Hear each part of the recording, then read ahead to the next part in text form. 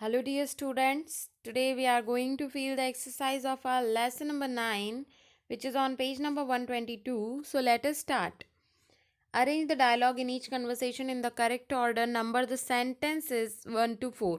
हमें इन डायलॉग्स को in conversation को क्या करना है, करेक्ट ऑर्डर में राइट करना है और नंबरिंग करना है 1 2 3 4 जैसा भी हो. ठीक है, चलिए हम क्या करते हैं, इसे पहले पढ़ते हैं, फिर हमें समझ में आएगा कि कौन सा 1 नंबर पे आएगा, कौन सा 2 नंबर पे, कौन सा 3 नंबर पे और कौन सा 4 नंबर पे होगा. ठीक है, हमारे पास 3 कन्वर्सेशन है और तीनों में 4-4 पॉइंट्स दे रखे हैं. आइए मैं आपको समझाती हूँ, आपको अपने आप समझ में आ जाएगा कि कौन से नंबर पे कौन सा आने वाला है. मदर कह रही है I will make you some ginger tea, you will feel better सून.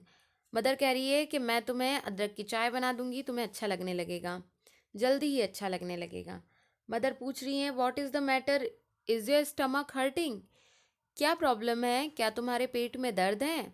सन कहता है mummy I feel really ill, मुझे बहुत बीमार बीमार सा लग रहा है. Son yes it started hurting in the night, कि मुझे रात से ही दर्द स्टार्ट हुआ. मतलब क्या है कि पहले तो बच्चा बोल रहा है कि mummy I feel really ill, मुझे बहुत बीमार बीमार सा लग रहा है. तो मम्मी पूछेगी क्यों, क्या हुआ, पेट में दर्द है क्या. तो बच्चा कहता है हाँ, रात से ही मेरे पेट में दर्द है. तो मदर बोलती है मैं तुम्हें अदरक की चाय बना देती हूँ, तुम जल्दी ही ठीक हो जाओगे. पता चला. 4 2 1 3. आइए नेक्स्ट देखते हैं कन्वर्सेशन बी में क्या होगा सीक्वेंस. बाबू कहता है I will go with you. Babu why don't you take some cough medicine, तुम कोई कफ मेडिसिन क्यों नहीं ले लेते. कन्नन कहता है that's a good idea, I will go to the chemist to buy some. हाँ, अच्छा आइडिया है, मैं जाकर केमिस्ट से यानी मेडिकल से जाकर कुछ ले लेता हूँ. आई हैव अ टेरिबल कफ, कन्नन कहता है मुझे बहुत बुरी तरीके से कफ हो चुका है. तो क्या सीक्वेंस होगा, यहाँ पर सबसे पहले कन्नन कहेगा कि मुझे बहुत ज़्यादा टेरिबली कफ हुआ है. तो बाबू कहेगा कि तुम कोई कफ मेडिसिन क्यों नहीं ले लेते. तो कन्नन कहेगा अच्छा आइडिया है, मैं जाकर किसी केमिस्ट से मेडिसिन लेकर आता हूँ. तो बाबू कहता है I will go with you, मैं भी तुम्हारे साथ आऊँगा. 4 2 3 1 ये हमारा सीक्वेंस होगा. आइए हम नेक्स्ट देखते हैं कन्वर्सेशन सी. समरिन बोलती है यहाँ पर शैल आई कॉल द डॉक्टर, क्या मैं डॉक्टर को बुला लूँ. तो समरिन कहती है आर यू ओके, क्या तुम ठीक हो. जाकिर कहता है no thanks, I will just go to bed and rest, नहीं नहीं कोई ज़रूरत नहीं है, मैं जाकर बेड पर रेस्ट करूँगा. Zakir no I am not, I think I have a cold, नहीं नहीं मुझे कुछ नहीं हुआ है, मुझे लगता है मुझे सर्दी है. नो आई एम नॉट मतलब मैं ठीक नहीं हूँ, मुझे क्या है, कोल्ड है. तो सबसे पहले कोई क्वेश्चन करेगा तभी तो आप आंसर दोगे ना कि क्या है. तो समरीन बोलती है आर यू ओके. तो जाकिर कहता है नो आई एम नॉट, मैं ठीक नहीं हूँ, I think I have a cold. तो समरीन कहती है shall I call the doctor, क्या मैं डॉक्टर को बुलाऊं. तो जाकिर कहता है no thanks, I will just go to bed and rest, नहीं मैं जाकर बस रेस्ट करने जा रहा हूँ, डॉक्टर को बुलाने की ज़रूरत नहीं है. तो करेक्ट सीक्वेंस है हमारा 3 1 4 2. चलिए नेक्स्ट पे आते हैं हम, सब्जेक्ट वर्ब एग्रीमेंट, मतलब कौन से सब्जेक्ट के साथ कौन सी वर्ब यूज़ होगी इसमें हम पढ़ेंगे. आइए पढ़ते हैं. Read this sentence the plant grows fast. Plant singular है तो हमने एस लगाया. ठीक है, अब यहाँ पर मैरी एंड हर मदर, तो मैरी एंड हर मदर यहाँ पे सिंगुलर था सब्जेक्ट, पर यहाँ मैरी एंड हर मदर हो जाएगा प्लूरल. तो यहाँ पर हमने क्या कर दिया, गो का गोज नहीं किया, गो लिखा टू द मार्केट. ये सिंपल प्रेजेंट है इसलिए हमने इसे ऐसे राइट किया. In sentence if the subject is singular the verb must also भी सिंगुलर. यदि कोई सब्जेक्ट सिंगुलर होता है किसी सेंटेंस में तो वर्ब भी सिंगुलर होती है. In the first sentence the subject the plant is singular.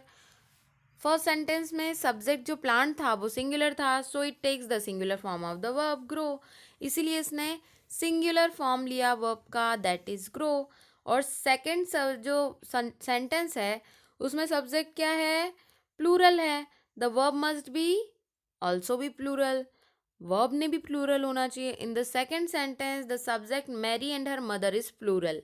अब आप देखेंगे सेकेंड सेंटेंस में मैरी और उसकी मदर दोनों प्लूरल सब्जेक्ट है।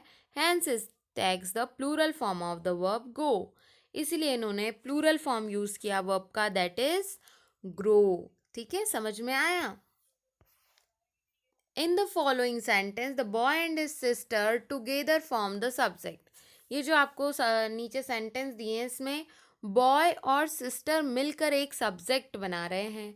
सो it takes the plural verb, इसलिए यहाँ पर प्लूरल सब्जेक्ट है तो प्लूरल वर्ब होगी। But sometimes we mistakenly think that the verb must agree with the noun closest to its sister. अब अक्सर क्या होता है कि हम सोचते हैं कि सब्जेक्ट प्लूरल है तो हमें वर्ब भी क्या लिखनी चाहिए, प्लूरल लिखनी चाहिए, पर हम वहीं जाकर मिस्टेक कर जाते हैं। यहाँ पर दो अलग अलग सब्जेक्ट नहीं है। क्या हो रहा है यहाँ पर? यहाँ पर जो सब्जेक्ट है वो हमारा है सिंगुलर। कैसे? The boy and his sister is in the class. क्या ये करेक्ट है? नहीं, the boy and his sister तो प्लूरल है तो इज तो आएगा ही नहीं। हम क्या करेंगे? The boy and his sister के लिए आर का यूज़ करेंगे और यही करेक्ट होगा। मतलब प्लूरल सब्जेक्ट के लिए प्लूरल वर्ब और सिंगुलर सब्जेक्ट के लिए सिंगुलर वर्ब का यूज़ करेंगे। Underline the verb that agrees with the subject in each sentence. आपको उस वर्ब के नीचे अंडरलाइन करना है जो सही है, सब्जेक्ट के साथ सही जा रही है। दिस बाइसिकल मतलब सिंगुलर सब्जेक्ट डजंट या don't have a brake, doesn't have a brake singular subject singular verb. ठीक है, doesn't have a brake. Japan often have earthquakes. क्या हो जाएगा? जापान तो सिंगुलर है, मैं अर्थक्वेक्स को नहीं देखना है, जापान को देखना है। जापान कैसा है? सिंगुलर सब्जेक्ट है, इसलिए हम हैज़ का यूज़ करेंगे। Japan has often has earthquakes. Yuki ask और आस्क हिज फेलो। यूकी तो सिंगुलर है तो आस्क हो जाएगा। Yuki asks his fellow villagers not to go to the beach. The villagers ignore और इग्नोर्स यूकीज एडवाइस। विलेजर्स है मतलब plural noun है, बहुत सारे विलेजर हैं तो यहाँ प्लूरल वर्ब भी आएगी, इग्नोर हो जाएगा। The villagers ignore Yuki's advice. The villager tell, यहाँ पर विलेजर मतलब एक विलेजर है तो यहाँ पर वर्ब क्या हो जाएगी? Tells. The villager tells everyone that he saw Yuki setting the crops on fire. The water flows और flow rapidly into the village. अब वाटर अपने आप में एक सिंगुलर सब्जेक्ट है, ये प्लूरल नहीं कहा जा सकता, तो हो जाएगा the water flows rapidly into the village. The villagers thank, villagers मतलब प्लूरल सब्जेक्ट है इसलिए हम लिखेंगे द विलेजर थैंक्स। नहीं आएगा, थैंक आएगा, प्लूरल है ना, तो the villagers thank Yuki for saving them. All of them celebrates और celebrate their escape from the tsunami. All of them मतलब सभी means celebrate not as, plural है। There is और there are frequent earthquakes in Japan.